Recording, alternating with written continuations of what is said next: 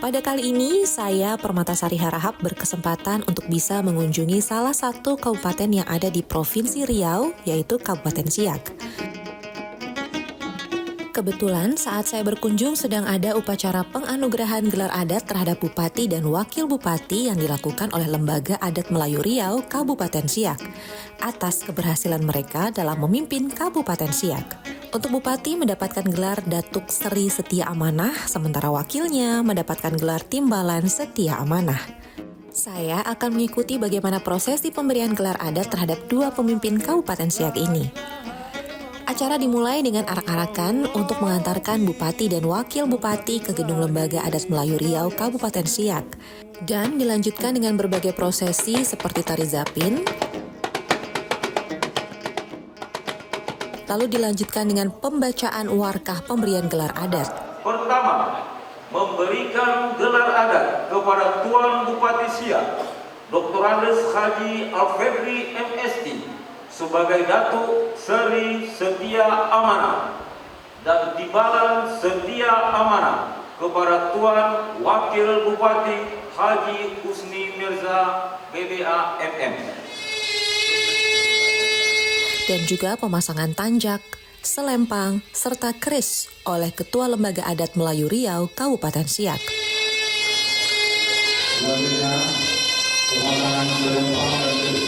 Pemberian gelar adat pun selesai dan dilanjutkan dengan prosesi tepung tawar sebagai rasa syukur serta doa atas pemberian gelar adat terhadap Bupati dan Wakil Bupati Siak di Singgasana Keagungan.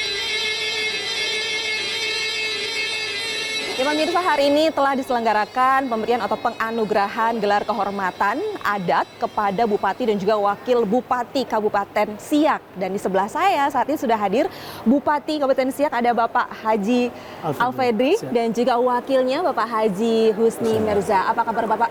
Baik, Assalamualaikum. Waalaikumsalam. Sehat ya Pak ya? Alhamdulillah sehat. Oke, dan hari ini Bapak ini mendapatkan gelar adat, yaitu Pak Bupati mendapatkan gelar Datuk Sri Setia Amanah dan Pak Wakil mendapatkan gelar Timbalan Setia Amanah. Nah, gelar ini didapatkan karena memang banyaknya prestasi yang diberikan selama ini untuk Kabupaten Siak. Boleh dong diceritakan untuk kita semua yang saat ini menyaksikan prestasinya apa saja sih Pak? Baik, untuk Kabupaten Siak. Terima kasih. Ya, alhamdulillah kami diberikan penghargaan Datuk Sri Setia Amanah, ya Bupati Siak, dan Timbalan Datuk Setia Amanah kepada Wakil Bupati Siak karena pertimbangan alur dan patutnya diantaranya dari sisi penghargaan prestasi, kemudian inovasi-inovasi dan integritas pengabdian kepada masyarakat yang ada di Kabupaten Siak. Tentu dari sisi prestasi, diantaranya Kabupaten Siak mendapatkan penghargaan nomor 2 terbaik di Indonesia untuk pelayanan publik, khususnya pelayanan perizinan berinvestasi. Baik. Nah, kemudian dari sisi Kabupaten Layak Anak, kita ini nomor 2 juga terbaik untuk Kabupaten Layak Anak utama. Oke. Nah, dari sisi pengelolaan keuangan, kita sudah 13 kali WTP.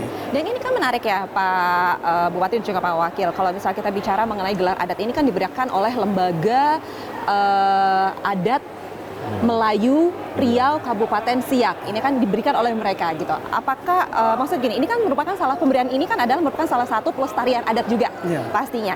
Ada nggak sih pelestarian lainnya yang dilakukan atau yang dijalani oleh Lembaga Adat Melayu Riau ini selain pemberian adat? Ada nggak pelestarian kebudayaan lain yang mereka lakukan oleh lembaga ini? Ya, kalau LAM ini selain sebagai pemangku adat di Kabupaten Siak, yang salah satu kegiatannya adalah memberikan gelar kepada tokoh-tokoh yang berprestasi. Baik. Dan kelazimannya kepada kepala dan wakil kepala daerah yang sedang menjabat supaya dia menjadi payung negeri untuk negeri Kabupaten Siak ini, payung adat juga untuk di adat istiadat di Kabupaten Siak ini. Dan LAM juga melaksanakan kegiatan-kegiatan seperti adat istiadat, memberikan pembelajaran, pelatihan kepada tukang andam ini, yang wedding organizer, bagaimana melaksanakan adat istiadat Melayu. Oke, baiklah. Tapi sekarang gini, kalau kita berbicara mengenai prestasi lagi, kembali lagi tuh ya Pak ya. Ini kan prestasi gelar adat ini kan didapatkan dari periode selama Bapak-bapak ini menjabat gitu kan, pasti banyak banget nih prestasinya. Tapi yang Bapak rasakan kedua wakil, Bapak Bupati dan juga Bapak Wakil, ada nggak yang apa ya, wah ada yang masih kurang nih, yang mau harus dibenerin lagi, atau apa semuanya sudah sesuai target? Ya. Atau masih ada yang mau dimajukan lagi? Masih ada. Masih ada? Ya, kita kan visi jangka panjang sekarang ini kan, 2005-2025. Iya. Ini di RPJPD kan terwujudnya Kabupaten Siak sebagai pusat budaya Melayu di Indonesia.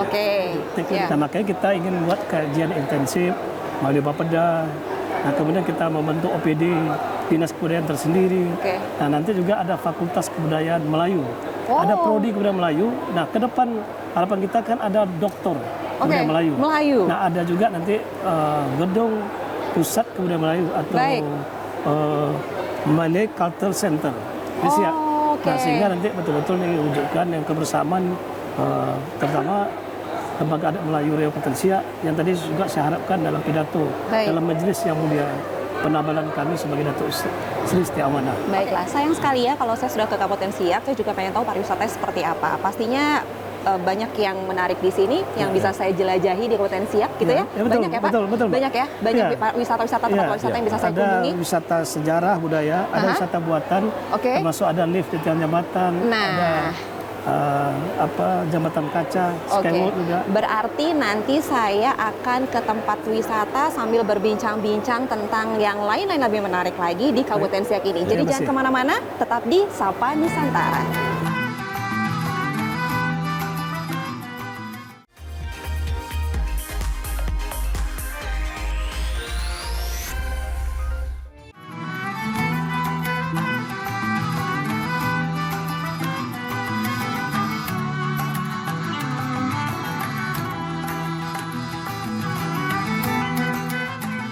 Nah pemirsa, di samping saya ini adalah Istana Siak Sri Indrapura yang merupakan salah satu peninggalan Kesultanan Siak Sri Indrapura. Yang jadi pertanyaan saya adalah, sejak kapan istana ini dibangun atau berada di sini dan kira-kira ini milik raja yang keberapa? Nah saya mau ngulik informasi tentang sejarah Kesultanan di sini di gedung arsip yang tidak jauh dari istana ini berada. Kita ke sana ya.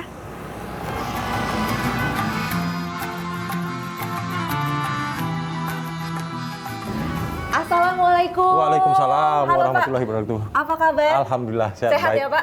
Nah ini dia nih ahlinya, Datuk Budi Rahmat Ramadan selaku ahli cagar budaya Kabupaten Siak. Wah sehat ya Pak ya? Alhamdulillah sehat. Wah tadi tuh saya udah jalan-jalan di depan. Di sebelah ini kan kebetulan adalah kerajaan istana Kerajaan Siak. Ya. Benar ya? Benar ya. Nah tadi tuh saya jalan di depan tuh saya pusing gitu, pikiran saya ada banyak, saya pengen tahu gitu ya.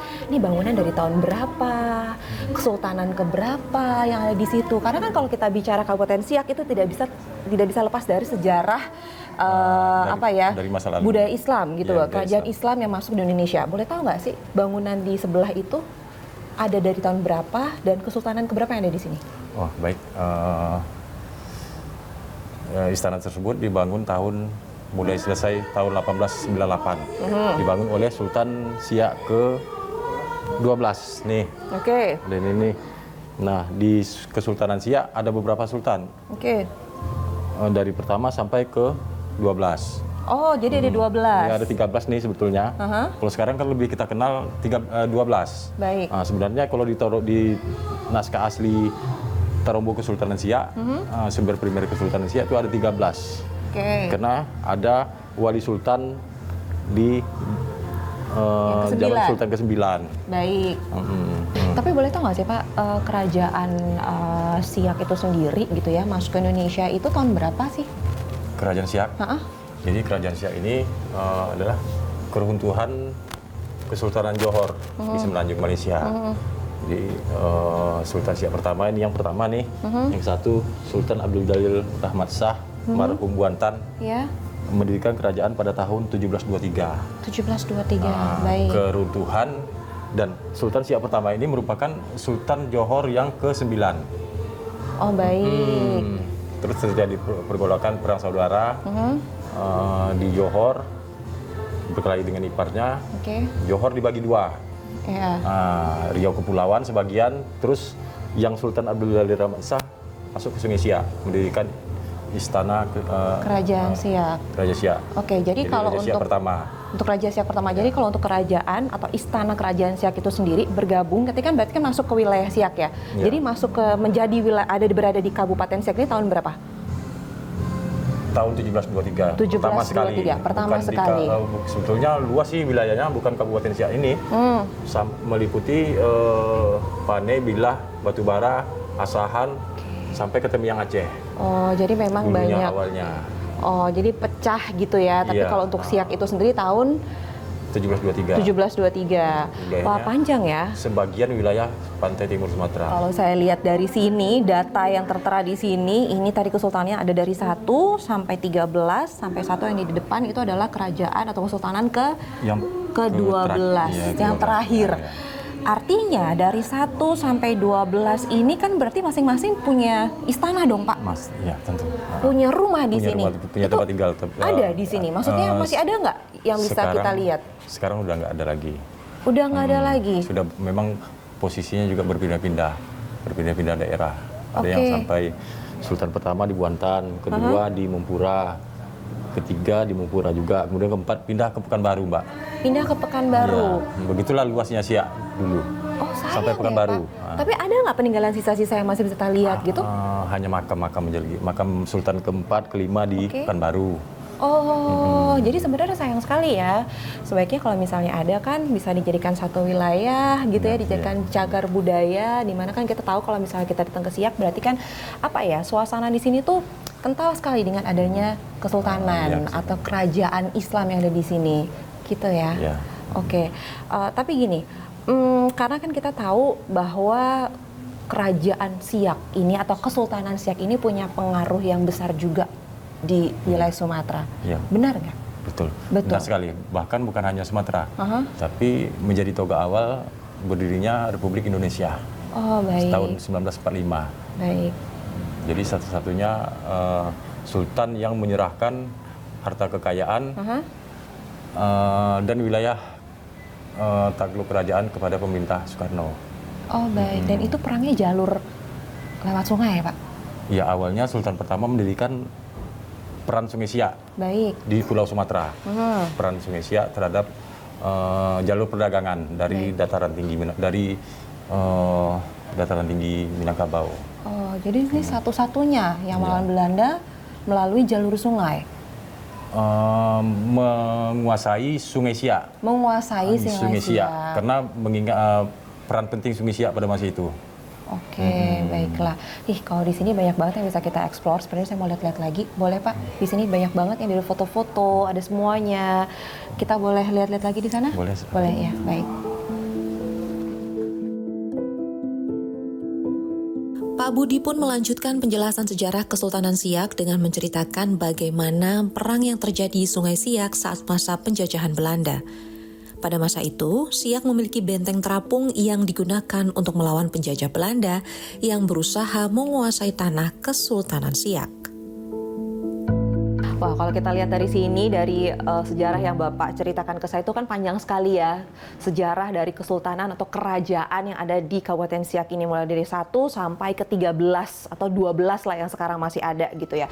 Ya, kita berharap dengan adanya sisa-sisa bangunan atau sisa-sisa sejarah yang ada di sini bisa direvitalisasi gitu ya, Pak. Karena biar kalau wisatawan seperti saya datang ke Siak ini, vibe-nya atau suasananya tuh sejarahnya kental. Sebenarnya kan di sini punya sejarah yang panjang, ya panjang sekali, tapi sayang sekali bukti sejarahnya mungkin sudah tidak ada, dan satu-satu yang tersisa adalah istana kerajaan Al-Hasimiyah, Istana Batu yang ada di sini, satu-satunya terakhir gitu ya, Pak. Dan satu lagi juga kita berharap ada satu raja dari Kesultanan kedua yang ada di Siak ini adalah Tengku Buang Asmara yang masih menunggu gitu ya, karena arsip-arsip sudah dikumpulkan semuanya, data-datanya, menunggu keputusan untuk menjadi salah satu pahlawan nasional dari Kabupaten Siak. Kita sama berharap ya, Pak ya. Oke, baiklah. Jadi kalau Anda datang ke Siak, wah, pokoknya sejarahnya panjang, bisa melihat berbagai macam bangunan sisanya di sini. Salah satu yang menarik adalah Istana Kerajaan Siak yang ada di Kabupaten Siak.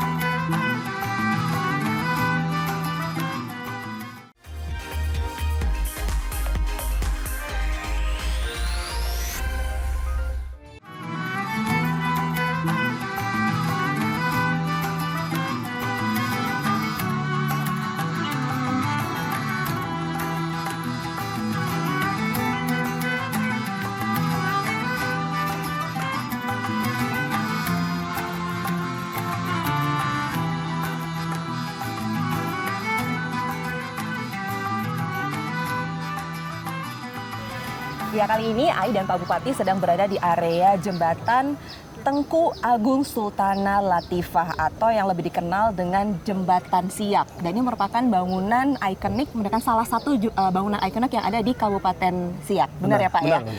Nah, yang hebatnya lagi, jembatan ini mendapatkan rekor muri sebagai lift outdoor pertama pada struktur pylon di Indonesia.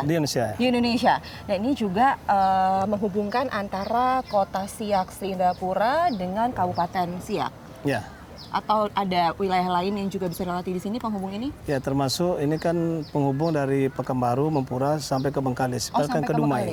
Oh, ya. Bahkan ke Dumai juga? Yes, ya. Oke, baiklah. Karena ini yang merupakan lift outdoor pertama gitu ya di Indonesia yang menggunakan struktur pylon di Indonesia. Berarti kita bisa naik ke atas kan? Ayo. Tingginya berapa sih Pak? Ini tinggi banget ya? 73 meter. 73 meter. Ya. Jadi kalau misalnya kita lihat dari atas juga boleh. Bisa lebih lihat keindahan di Kabupaten Siak ini dari atas. Ya. Boleh ya naik ke atas? Ya, boleh. Kita ke atas yuk.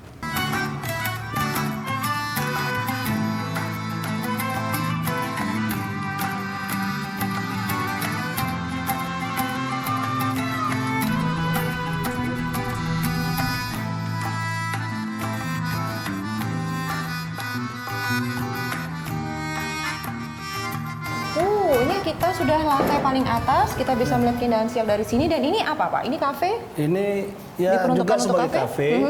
Ya, kemudian juga ini sebagai auditorium. Nah, di sini bisa juga melihat kawasan Kota Siak. Karena disiapkan ini teropong. Ada teropongnya. Ya. Nah, ini silakan kalau mau mencoba. Saya coba kemudian boleh ya? juga ya kita akan mengembangkan kawasan ini. Baik. Ya, di sini akan ada restoran terapung yang kita bangun tahun 2025. 2025. Ya, juga termasuk kapal wisata. Nah, karena di sana ya ada jembatan kaca, skywalk. Nah, kemudian ada waterfront city, ada kelenteng, ada istana. Jadi ya bisa lewat darat, bisa lewat sungai. Sungai ini kapal dengan wisata. kapal wisata. Ya. Oh, jadi itu semua untuk pasar restoran terapung dan kapal wisata itu akan direalisasikan di tahun 2025. Tapi kalau jembatan kaca sudah ada sekarang ya? Sudah ada. Bisa saya nikmati dong nanti habis dari sini ya? Jembatan kaca boleh. Di situ ada Skylake, kemudian juga ada Rainfotech, air mancur. Ya. Itu seperti di Changi. Development Changi Singapura, ya, air mancur atau juga disebut air terjun ya. Iya. Ya, ini yang kami ingin kembangkan kawasan ini betul-betul menjadi daya tarik wisata orang yang ingin berwisata ke Siak. Iya. Ya. Tapi tadi Bapak sudah menyebutkan ada Taman Rusa di sini. Boleh nggak sih kalau saya baca-baca kan awalnya itu sepertinya Rusa itu awalnya adalah di rumah Bupati. Di rumah benar Bupati, gak? benar. Iya. Lalu dipindahkan ke karena banyak area biak dekat area rumah Bupati, kita buat area khusus. Oh, ya, oke. Di kawasan Siak Lawu ini, dekat jembatan Siak. Kan ini banyak sekali sektor yang ingin dikembangkan ya, sektor pariwisata. Kalau kita bilang pariwisata itu kan menjadi salah satu tonggak dari perekonomian satu daerah. Benar ya Pak ya? Benar. Tadi kan Bapak menyebutkan ada banyak sekali, ada wisata air, ada wisata olahraga juga ada di situ gitu. Tapi kalau Bapak, menurut Bapak gitu ya, sektor mana sih yang paling bisa berkembang di sini yang perlu ditingkatkan sekali? Ya, kita kan harus berangkat daripada Siak ini memang ada peninggalan sejarah. Ya, ini kan kota pusaka, heritage. Nah, kita ya yang daya tarik yang harus kita unggulkan itu memang sejarahnya. Kawasan wisata sejarah, budaya dan heritage-nya. Makanya sini kan ada Istana Siak. Ya, ini kan istana tak ada di tempat lain. Nah, di situ dulu kita kembangkan, kita tata. Nah, kemudian baru wisata buatan. Ada waterfront city, ada lift jembatan, ada skywalk. Nah, kemudian ada tentunya kita kembangkan sport tourism. Di Siak ada Tour de Siak. Ini sudah 9 kali. Nah, ini kan pesertanya 13 tim setiap tahun, itu 8 tim dari luar negeri. Nah, ini juga mendorong kunjungan wisata ke Siak. Nah, kemudian tentu ada festival Sungai Siak, meng-create bagaimana penyelamatan sungai yang terdalam di Indonesia ini dengan mendapat dukungan dari komunitas seni dari sungai-sungai besar dari Riau. Iya, saya dengan penjelasan Bapak aja tuh udah kebayang gitu ya, kalau ke Siak itu berarti tidak cukup untuk 1 sampai 2 hari, mungkin seminggu juga kurang, juga kurang gitu. Karena tadi kalau kita mau water sport juga bisa. Mau healing, wisata healing juga bisa, mau makan-makan di pinggir sungai juga bisa, wisata air dengan speedboatnya nanti, kapal safarinya juga bisa, sepatu roda juga bisa, berkuda juga bisa. Ini terbaik di Indonesia, sepatu roda. Apa yang nggak ada di Siak, pokoknya kalau misalnya wisata apapun semua udah pusing capek datang aja ke Siak. Pastikan Anda tidak sehari sampai 2 hari, tapi pasti sebulan juga boleh kali ya. Boleh. Tinggal sini juga boleh. Ayo ke Siak. Ayo ke Siak. Oke, baiklah. Karena kalau misalnya kita menikmati Siak dari atas sambil duduk-duduk boleh Pak? Boleh, silakan. Ya, kita menikmati Siak. Baiklah. Ayo Pak, sini Pak, kita lihat Pak.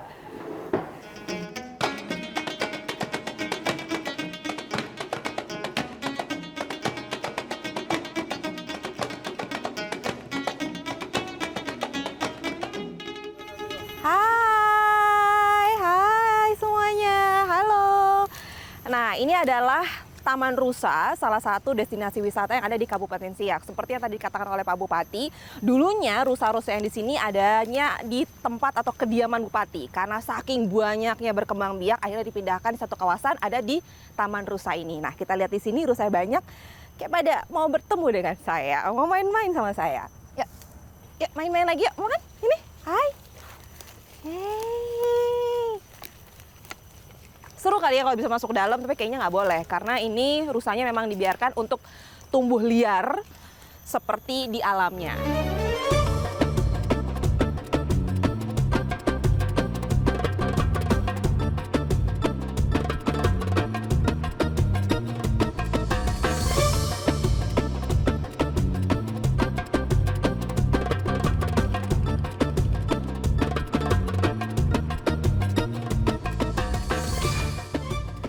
Banyak hal menarik di Kabupaten Siak ini, mulai dari kemarin saya sempat mengunjungi penganugerahan gelar kehormatan adat yang diberikan kepada Pak Bupati dan juga Wakil Bupati Kabupaten Siak. Dan di sebelah kiri saya ini ada Istana Siak Sri Indrapura yang merupakan peninggalan dari Kesultanan Siak Sri Indrapura. Kabupaten Siak ini kental akan wisata sejarahnya. Apalagi kesultanannya banyak di sini, mulai dari Sultan 1 sampai ke 12 ada di sini. Dan saya juga mengunjungi beberapa destinasi wisata yang ada di sini, mulai dari Jembatan Siak, lalu juga Taman Rusa, dan salah satunya ini yang sedang saya kunjungi saat ini. Saya berdiri di Skywalk Tengku Buang Asmara. Kalau malam ini indah sekali. Ada lampu-lampunya, lalu ada dancing light, dan juga ada rain vortex di sebelah sana. Nanti kita akan lihat. Jadi sebenarnya kalau kita mau explore Kabupaten Siak ini nggak cukup hanya sehari saja. Bisa mungkin seminggu. Nah, tapi sayangnya saya tidak bisa seminggu di sini. Saya harus pulang. Jadi saya sudah perjalanan saya di Kabupaten Siak kali ini yang banyak sekali wisata sejarahnya, lalu juga destinasi wisatanya yang bagus banget, yang pastinya meninggalkan kenangan bagi saya. Saya Permatasari harap undur diri. Sampai jumpa di Sapa Nusantara berikutnya. Dah.